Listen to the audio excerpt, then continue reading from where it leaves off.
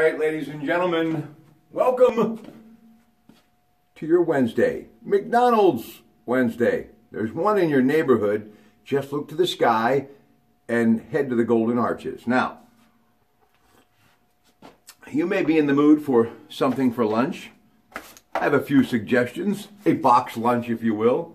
The artesian chicken grilled, love it.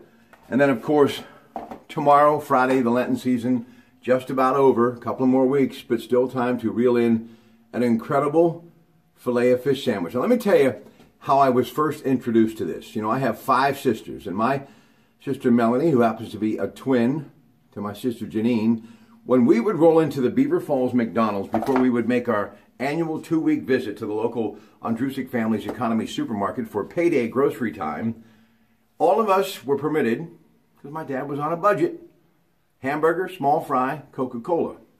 However, my sister Melanie always got a vanilla shake, fries, and a filet of fish.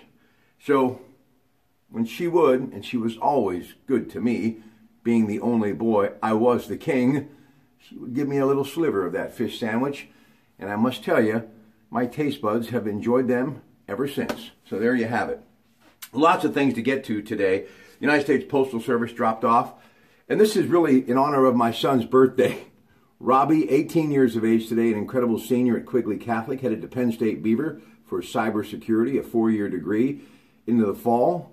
Vocelli's Pizza. Robbie, lots of coupons there, so your dad's going to be getting you lots of Vocelli's Pizza, Beaver Falls, Hopewell, and Rochester. He loves Vocelli. Whoa. He does love it. So happy birthday to Robbie. Now, some breaking news. They're saying it's not a terrorist act, but a criminal act. A lady was driving erratically along Independence Way in the nation's capital, made a U-turn, and Capitol Police shots were fired. At this point, criminal activity, all is well, but a scary moment, obviously, this morning in the nation's capital, especially with everything that's been happening recently, of course, in the UK. Speaking of the UK, Theresa May, the Prime Minister today, well, got the pen out and Article 50. These are the legal papers, kind of like divorce papers, that the legal process is now underway, and within 2 years, Britain hopes to be no longer a part of the European Union. And is there a plan B when it comes to health care? Republicans are saying no, but people in Washington think that they are about ready to bring forth a plan B when it comes to the health care bill. Pirates yesterday lost to Boston 9-2. Today, Philadelphia 105, Lecom Park 93-7 the Fan. Today they were talking about the dreads of John Jaso and the newlywed, Garrett Cole, who will start against Boston Monday to begin the season. Talking, of course, about Larry Richard and John Shumway. A couple of days left at Lecom Park, all week long, 5 a.m. until 9. And, of course, we are talking about the incredible News Radio 1020, KDK Morning News. Andy Lindbergh doing a great job, the producer there. And it's brought to you by the following folks. Visit Bradenton Gulf Coast along with Coons Quality Foods, Cove Forge Behavioral Health, and OneJet. So enjoy them as they have a couple of more days broadcasting in that great state of Florida. Roger Federer and Rafael Nadal, speaking of Florida, the Miami Open, back-to-back winners on the court last night. Believe it or not, 13th anniversary yesterday from the first time they met, and they are both headed to the quarterfinals of the Miami Open. The number 1 seed in the tournament, Stan Wawrinka, not as fortunate. He was beaten yesterday. And what else is happening in the world of sports? Well, word today that the world's number 1 golfer, Dustin Johnson, has withdrawn from the Shell Houston Open, set to begin tomorrow in, of course, Texas. The reason? Wants to get some rest coming off that match play win, Dell Technologies Match Play World Golf Championship last week at the Austin Country Club, also in Texas. Why does he want to get rest? Because guess what happens a week from tomorrow? Love it. CBS, of course, yeah. The green jacket. It is April the 6th, Augusta National. The Masters begins next week.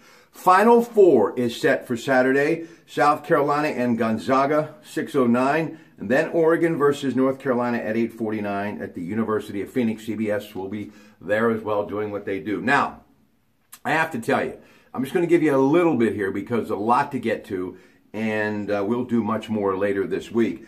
But when you look at Gonzaga, they've got to do a better job with their defense, especially down low. If they can secure more rebounds and early buckets down, Nigel Williams-Gross, along with Jonathan Williams, Jordan Matthews, room to operate. South Carolina's had great success against Florida, taking away the three-point shot from the Gators, who were 7 of 26 behind the arc. Now, they must also crash the glass to pick up second-chance buckets, giving Cedarius Thornwell another chance at a great performance. The big guy scored 26 against the Gators. Now, Oregon and North Carolina, Dana Altman's Ducks have been the dream spoiler, and it has gotten them a trip to the Final Four. Teams like Iona, Rhode Island, Michigan, and Kansas, all victims, and Oregon has really found the perfect time to hit their stride. Joel Berry and Justin Jackson need to both have solid performances, and Oregon has seen Jordan Bell become huge underneath. He pulled down 13 rebounds against Kansas, and he also dropped in a very important 11 points. Tyler Dorsey coming off of a hot hand, too, against Kansas, in which he was 6 of 10 from behind the arc and 9 of 13 from the field for a total of 27 points.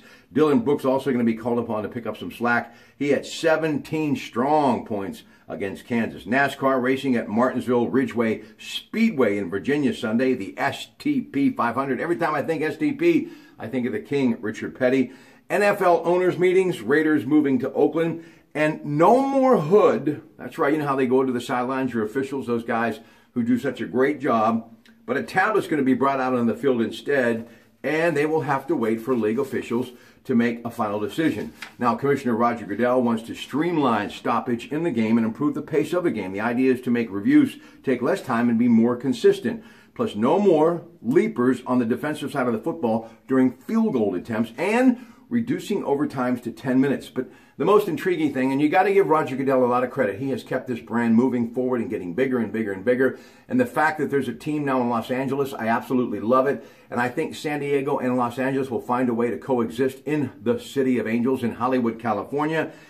And the Oakland Raiders, I'm a big fan of this idea of them moving to Las Vegas. That's what you call improving your brand. Now, I want to tell you about something else that's happening this weekend. It's happening Saturday and Sunday at the Beaver County beautiful Brady's Run Park Lodge. It's the Maple Syrup Festival, and I can remember many years ago when I was working for the local radio station, and then Commissioner Bud Pettibon. This was his baby. He nurtured it, and it grew into what it is today, the incredible Maple Syrup Festival. They do such a wonderful job. And also got word yesterday from Beaver County's great sheriff, he is none other than Tony Guy, that they will be issuing license to carry permits for eligible Beaver County residents at this year's Maple Syrup Festival. Again, it's this Saturday and Sunday. Applications will be processed at the county mobile command post, which will be located near the bus drop off at the walking bridge. Applicants must be Beaver County residents, pass a background check, and provide the following: a Pennsylvania's driver's license or Pennsylvania identification card with current address with another form of identification, 2 references with full name, address, and telephone number, and a $20 cash or check. So that's happening from our great Sheriff's Department here in Beaver County at the Maple Syrup Festival. Folks, I don't know where this day is headed, but I do know where I'm headed, to that great community of Shadyside for a visit with one of the finest to ever graduate from the Pitt Dental School, Dr. Dan Patouche. So we'll see. But one thing's for sure, sooner or later, you'll simply go, there he is again, your Pratt Pack. Have a great day, everybody.